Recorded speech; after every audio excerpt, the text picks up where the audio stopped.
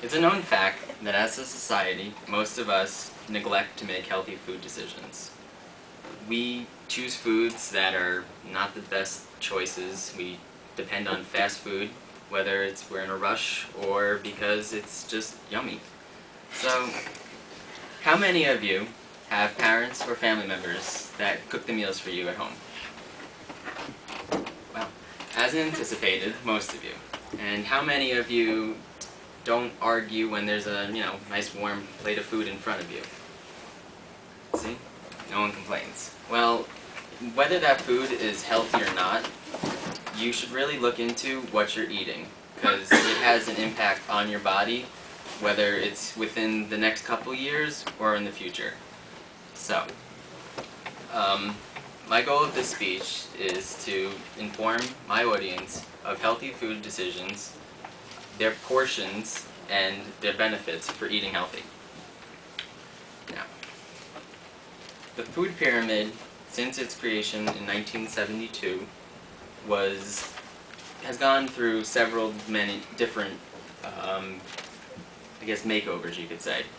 The one on the left is the 2005 retro style, new edition, you could say, and the one on the right is from the original, but it went on through many different makeovers. The bottom level, or the orange slice, is known as grains. Now, foods that are in the grains are anything that's made from oats, wheat, rice, or barley. This consists of possibly bread or oatmeal, There's two different types of grains. There's whole grains and refined grains. The whole grains consist of natural. It's basically you are paying for what you get. It's right out of the field. How many of you guys play Farmville? Think of it like that. You're eating that. And refined it's basically washed.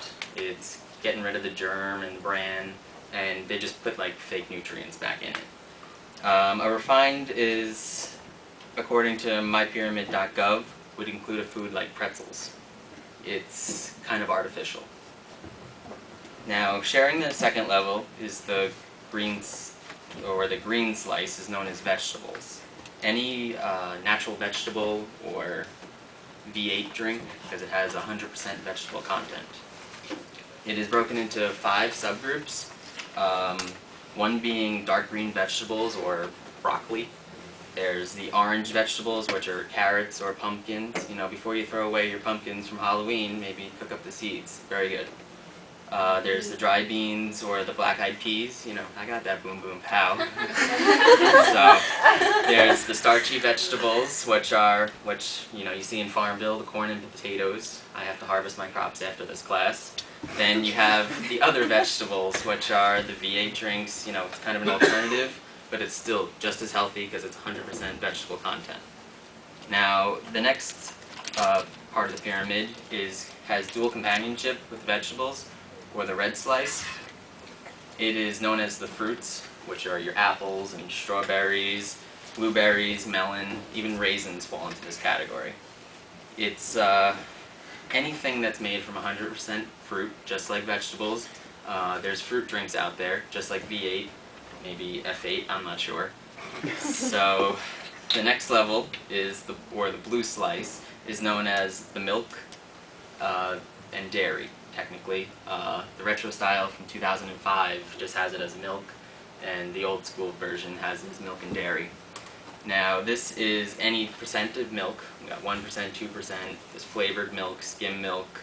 Then you have your yogurt, your cheese, and I guess you can say your ice cream inspired dishes, but that kind of falls into oils. Now, after milk, you have your purple slice, or meat and beans.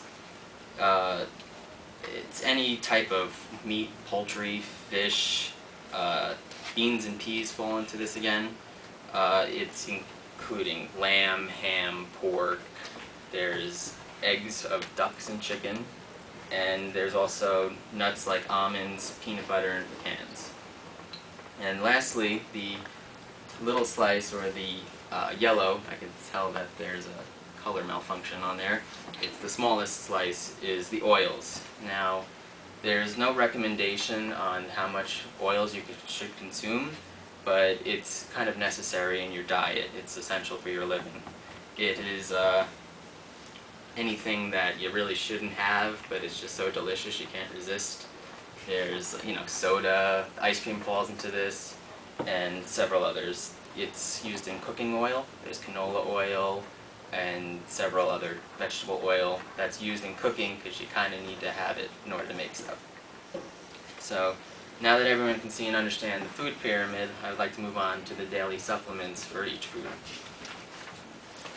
Now, for the grains, it's broken up into the sex, whether you're male or female, the age, how old you are, and the amount of your daily exercise.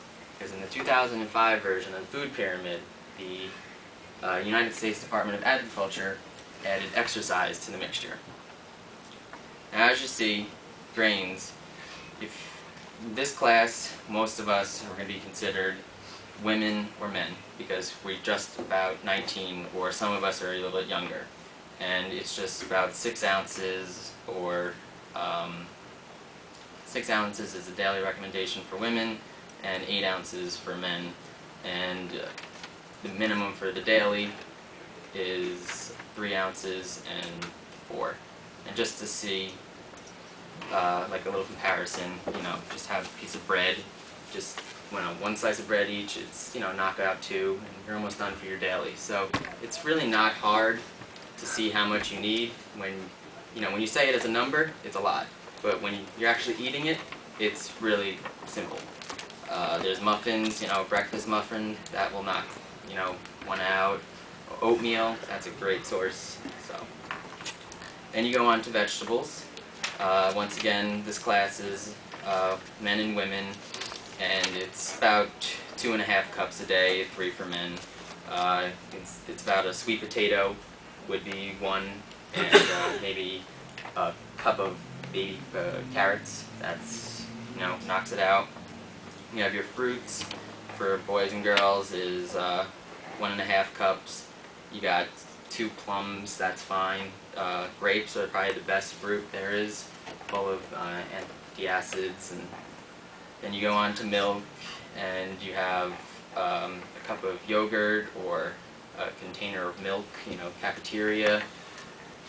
Meat and beans, you can have 7 pieces of jumbo shrimp, and that's that's like 3 ounces, and for a day you only need about 6. So for dinner, most of us have more than 7 shrimp. Guilty of that. And lastly, you have oils, which is just recommended. It's not, you need it because it's good for you in a way, but to overdo it, you're going to have trouble in the long run.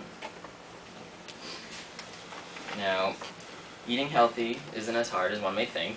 There are a few sacrifices and great substitutes nowadays. Really, what does healthy do for it? Eating healthy, what does it do for us? How can you tell what's good about it? Well, the health benefits of eating grains consist of the following. According to the United States Department of Health and Human Services, 6 to 11 ounces are the ideal servings for grains. So that's a day, which I said isn't that hard because you have 2 pieces of bread, for a sandwich at lunch, and you have oatmeal for breakfast. You're already halfway there. So it's pretty easy. Grains are a great source of vitamin B. It's very healthy for you, and it helps sustain your metabolism. The ideal source for iron, used to carry oxygen to the brain. And then you go on to the benefits of fruits and vegetables. It's about 2 to 4 servings per day for fruits and vegetables each, which it sounds like a lot, but you have, maybe a cup of fruit in the middle of the day or 2 vegetables at dinner, and there you go. It helps reduce the risk of cardiovascular disease, type 2 diabetes. Sorry. And alright. Then you have milk. It's about 3 servings. There's commercial, got milk, just like Mario. It helps build strong bones and it helps you grow.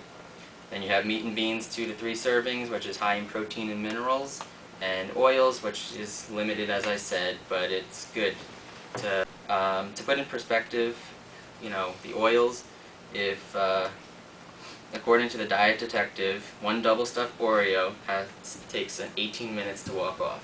So for a guy, that's 3 trips to the Health and Sports Center for me, and for a girl, it's 4 trips there. So just to put it in perspective. So hopefully I was able to give you guys a better understanding of the food pyramid and the knowledge to make healthy choices. I hope that today I was able to clarify any misconceptions and give you the option to live longer. It's up to you, and doing it doesn't guarantee that you'll live longer, but it will definitely increase your odds.